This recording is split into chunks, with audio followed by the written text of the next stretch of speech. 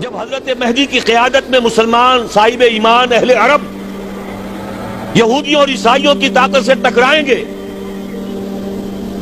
تو ان کی مدد کے لیے دو جانب سے اللہ تعالیٰ کچھ بھیجیں گے مدد. ایک تو آخری مرحلے میں مدد آئے گی حضرت مسیح عیسیٰ ابن مریم کا نزول، جو یہودیوں کی طرف رسول بنا کر بھیجے گئے تھے. انہیں یہودیوں نے اپنے خیال میں سولی پر چڑھا دیا، لیکن اللہ نے فرمایا وما صلبوہ وما قتلوہ ولکن شبہ لہم بل رفعہ اللہ الیہ. اللہ تو اپنی طرف اٹھا کر لے گیا. اور احادیث صحیحہ جو کہ ہمارے ہاں متواترہ کے درجے میں ہے، وہ احادیث جو صحیح ہیں کی ہیں، ان سے ثابت ہے کہ حضرت عیسیٰ ابن مریم دوبارہ زمین پر آئیں گے. اور یہودیوں کا سب سے بڑا سرغنہ جو خود مسیح ہونے ہی کا دعویٰ کر رہا ہوگا، مسیح الدجال، اسے حضرت مسیح قتل کریں گے. لیکن ایک دوسری حدیث سے معلوم ہوتا ہے کہ مشرق سے فوجیں آئیں گی حضرت مہدی کی مدد کے لیے. یخرجون ناس من المشرق یؤدون للمہدی یعنی سلطانہ. مشرق کی طرف سے فوجیں آئیں گی کہ جو مہدی کی حکومت کو مستحکم کریں گی. خراسان کا لفظ آتا ہے ایک دوسری حدیث میں. خراسان سے سیاہ عالم چلیں گے، انہیں کوئی نہیں روک سکے گا یہاں تک کہ وہ یروشلم میں جا کر رسم ہو جائیں گے. اور حضور کے زمانے میں اچھی طرح سمجھ لیجئے، ہند کسے کہتے تھے حضور کے زمانے میں؟ پاکستان ہند میں شامل نہیں تھا. سندھ و ہند، سندھ ایک مکمل ملک تھا، ہند اس کے بعد شروع ہوتا تھا. یہ راجپوتانے کا اور تھر کا ڈیزرٹ جو ہے، اس سے آگے جو ہندوستان ہے وہ ہند تھا. یہ جو ہمارا پاکستان ہے یہ ہمیشہ ہند میں شامل نہیں رہا. حضور کے زمانے میں بالخصوص سندھ و ہند، دریائے سندھ چلا آ رہا ہے. یہ ساری ٹریبیوٹریز جو پنجاب کے اندر اس کی ہیں، یہ سب ایک علیحدہ ملک ہے جو اس زمانے میں سندھ کہلاتا تھا. اور نمبر 2 یاد کیجئے، اس زمانے میں خراسان ایک علاقہ تھا جس میں موجودہ افغانستان کا 2/3، تھوڑا سا حصہ ایران کا، اور جہاں تک میں تحقیق کر سکا ہوں آج تک پاکستان کا بھی علاقہ، خاص طور پر مالاکنڈ ڈویژن جو اس خراسان میں شامل ہے. خراسان سے سیاہ عالم چلیں گے جو جا کر یروشلم میں نصب ہوں گے. یہاں بھی ایک نقطہ نوٹ کر لیجئے، پہلے بھی یروشلم ہم سے چھینا تھا. کس نے چھینا تھا؟ عیسائیوں نے، کروسیڈرز. واپس کون لیا؟ کس نے لیا؟ عربوں میں دم نہیں تھا، عرب عیاشیوں کی وجہ سے کھوکھلے ہو چکے تھے. واپس لینے والا صلاح الدین ایوبی، کرد خون. اب دوبارہ یروشلم لیا جا چکا. چھینا کن سے گیا؟ عربوں سے. عرب واپس لے سکتے ہیں؟ کوئی اندیشہ اگر ہو سکتا تھا عراق کے بارے میں کہ شاید اس کے ایٹمک دانت نکل آئے، جو سازش کی گئی، جس طرح اس احمق اور پاگل صدام حسین کو دام میں پھنسایا گیا. صدام 100 جال، دام کہتے جال کو، سب 100 صدام، اس میں جو پھنسا ہے تو اگلا پچھلا کھایا پیا سب اگلوا لیا. اور ہے ہی کون؟ اس کے پاس ایٹمک ہتھیاروں کا ذخیرہ موجود ہے، اور کسی کے وہ ایٹمک دانت بھی نکلنے نہیں دے رہے.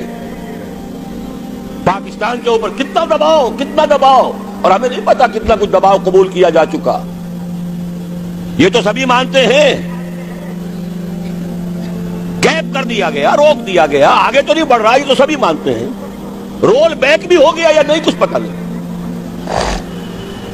لیکن کسی صورت یہ نہیں تسلیم کریں گے، قبول کریں گے کہ کسی مسلمان ملک کے پاس ایٹم بم آ جائے.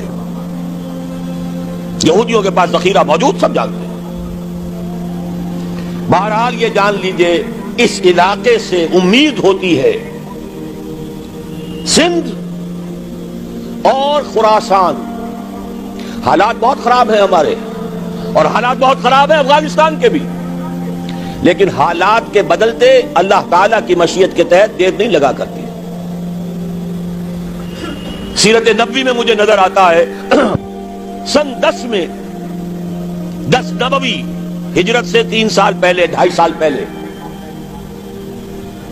کہیں سے کوئی امید کی کرن نظر نہیں آتی تھی کہ عرب میں اسلامی حکومت قائم ہو جائے گی. 10 برس ہو چکے محمد رسول اللہ کو دعوت دیتے ہوئے اور ابھی تک بمشکل 125 آدمی ہے. اپنے بل پر اپنے طاقت پر مکے میں رہ بھی نہیں سکتے. کیسے ہو جائے گا؟ کہاں سے ہو جائے گا؟ میں آج پوچھتا ہوں کوئی سر بتائے کہیں سے کوئی امید کی کرن اس وقت نظر آتی ہے؟ اس ماحول میں لے جائیے. اگلے 3 سال میں کیا ہو گیا؟ پہلے سال 6، اگلے سال 12، اس سے اگلے سال 72 اور بیعت عقبہ ثانیہ ہجرت اور وہاں سے اب حضور کی طرف سے انیشیٹ شروع ہو گیا انیشیٹو. تو ہم نہیں کہہ سکتے اللہ تعالیٰ کی قدرت، اللہ کی مشیت. یہ یقین ہے کہ دنیا کے خاتمے سے پہلے نظام خلافت قائم ہوگا اور تمام دنیا میں ہوگا. ظاہر ہے کہیں پہلے کسی ایک جگہ سے ہوگا جیسے حضور کے زمانے میں ہوا. اگر بیک وقت پوری دنیا میں ہو سکتا تو حضور کے دست مبارک سے ہوتا. اگر حضور کے دست مبارک سے بھی ایک ملک میں ہوا، جزیرہ نما عرب میں ہوا، پھر حضور کے امتی ہیں نا، ابو بکر ہے، عمر ہے، عثمان ہے، صحابہ کرام کی فوجیں نکلی ہیں، امتی ہیں، امتیوں کے ہاتھوں اس کی توسیع ہوئی. اب بھی یہی ہوگا، کسی ایک علاقے میں ہوگا. میرا گمان ہے، میں یہ یقین سے نہیں کہہ سکتا. گمان بھی میرا ان احادیث کی روشنی میں ہے جو میں نے آپ کو بتا دی اور موجود ہے اس کتابچے کے اندر. علامہ اقبال نے بھی انہی کے حوالے سے کہیں کہا ہے، میرے عرب کو آئی ٹھنڈی ہوا جہاں سے، میرا وطن وہی ہے، میرا وطن وہی ہے. اس علاقے سے کچھ ہونے والا ہے اور ہوگا انشاءاللہ. میری زندگی میں نہ ہو، آپ کی زندگی میں نہ ہو، کوئی پرواہ نہیں. حضرت حمزہ تو شہید ہو گئے غزوہ احد میں. 5 سال کے بعد حضور مکے میں داخل ہوئے ہیں فاتح کی حیثیت سے. حضرت حمزہ کی نگاہوں نے، ان آنکھوں نے تو نہیں دیکھا، عالم ارواح میں اللہ نے کیا مشاہدہ کرایا ہوگا انہیں، وہ تو ہمیں معلوم نہیں. بعض صحابہ شہید کر دیے گئے مکے ہی میں. بہت بڑی کامیابی. اپنی جان لگا دیں، اپنے آپ کو کھپا دیں، اپنے آپ کو مٹا دیں. جس طرح روڑی کوٹ کر بنیادوں میں بھر دی جاتی ہے، ہماری ہڈیوں کا چورا بنا کر اور ہمارے خون کے اندر اسے گوندھ کر اگر وہاں ڈال دیا جائے، اس سے بڑی سعادت کوئی نہیں. اس پر تعمیر ہو خلافت علی منہاج النبوہ کی، ہم اس کی بنیاد کے اندر دفن ہو جائیں، یہی بہت بڑی سعادت ہے. لیکن یہ ہوگا. میں نے عرض کیا تھا کہ یقین ہے مجھے کہ ہوگا، اور ہر صاحب ایمان کو یقین ہونا چاہیے کہ ہوگا. باقی یہ کہ یہ آثار ہیں اور احادیث بھی ہیں، اور 400 برس کی تاریخ بھی بتاتی ہے کہ یہیں سے ہوگا. 1000 برس تک سارے مجددین امت عالم عرب میں پیدا ہوئے. 11ویں صدی کا مجدد اعظم شیخ احمد سرہندی کہاں دفن ہے؟ سرہند میں، ہندوستان میں. 12ویں صدی کا مجدد اعظم شاہ ولی اللہ دہلوی کہاں دفن ہے؟ دہلی میں.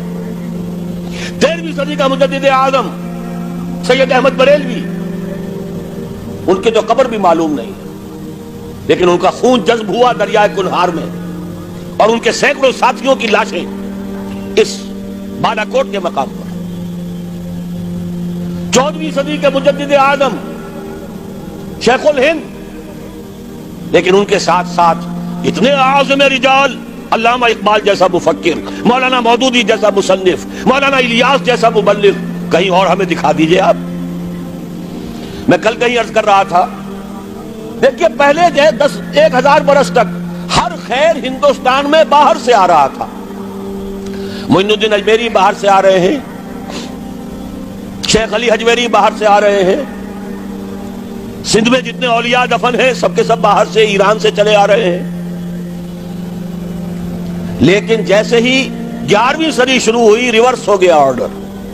اب سلسلہ مجددیہ نقشبندیہ اب ہندوستان سے نکل کر پھیل رہا ہے. پورا افغانستان، پورا ترکستان، تمام یہ ترک ریاستیں جو آزاد ہوئی ہیں ابھی USSR کے خاتمے کے بعد، یہاں تک کہ سائپرس، جزیرہ قبرص، پورا ترکی جو اب بھی ہے موجودہ ترکی، سلسلہ مجددیہ نقشبندیہ کہاں سے چلا؟ ہندوستان سے پھیل گیا پورے عالم اسلام.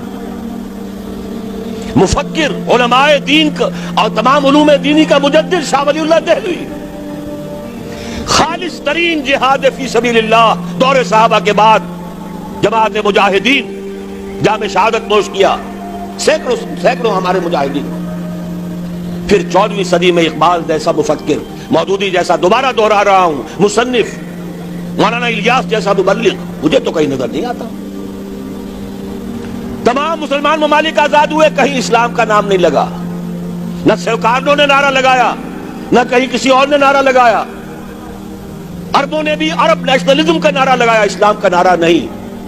تحریک پاکستان میں نعرہ لگا، پاکستان کا مطلب کیا؟ لا الہ الا اللہ. صبح عرض کر چکا ہوں، تحریک خلافت پوری دنیا میں کہیں نہیں، صرف بر عظیم پاک و ہند میں. اور کیسی تحریک خلافت کہ ہندو شریک ہوئے، گاندھی شامل ہوا، پورے ہندوستان کو جس نے گنجا دیا.